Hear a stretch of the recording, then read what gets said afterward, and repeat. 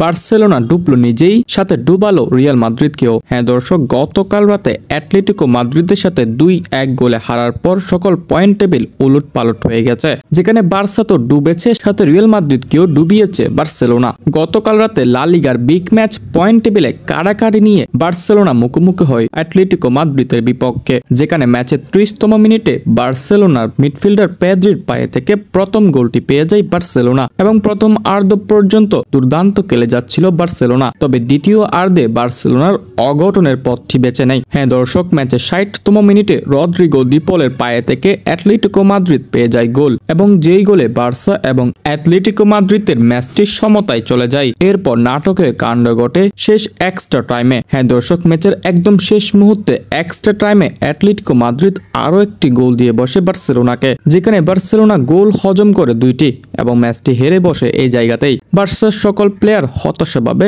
মাটিতে লুটিয়ে পড়ে, কেননা পয়েন্ট টেবিলে তারা এখন পিছিয়ে গেছে। বার্সেলোনার অবনতি যেন আর থামছেই না, একের পর এক ম্যাচ আবারও হারতে বসেছে বার্সেলোনা। লা লিগার শেষ 7টি ম্যাচ খেলে পেয়েছে মাত্র 5 পয়েন্ট। হ্যাঁ দর্শক, যেখানে 7টি ম্যাচ খেলে পাওয়ার কথা ছিল 21 পয়েন্ট, সেখানে পেয়েছে মাত্র 7 পয়েন্ট। অন্যদিকে অ্যাটলেটিকো মাদ্রিদ লা লিগার শেষ 5টি ম্যাচে 5টিতেই জয়লাভ করেছে। দুর্দান্ত ফর্মে উঠছে এই দল এবং লা লিগার পয়েন্ট টেবিলে প্রথম স্থানে চলে গেছে অ্যাটলেটিকো মাদ্রিদ, যেখানে পয়েন্ট টেবিলে উলট পালট হয়ে গেছে অ্যাটলেটিকো মাদ্রিদ, রিয়াল মাদ্রিদ এবং বার্সেলোনার। অ্যাটলেটিকো মাদ্রিদ 18টি ম্যাচ খেলে পেয়েছে 41 পয়েন্ট, বার্সেলোনা 19 ম্যাচ খেলে পেয়েছে 38 পয়েন্ট এবং রিয়াল মাদ্রিদ 17 ম্যাচ খেলে পেয়েছে 37 পয়েন্ট। অর্থাৎ বার্সেলোনা রিয়াল মাদ্রিদ থেকে 2 ম্যাচ বেশি খেলে মাত্র 1 পয়েন্টে এগিয়ে আছে। তাই বার্সেলোনা এবং রিয়াল মাদ্রিদের সাথে আর কোনো কম্পেয়ার লেভেল নাই। তবে এখানে অ্যাটলেটিকো মাদ্রিদের সাথে রিয়াল মাদ্রিদের বড় কম্পেয়ার লেভেল জড়িয়ে আছে, কারণ আজ রাত রিয়াল মাদ্রিদের ম্যাচ।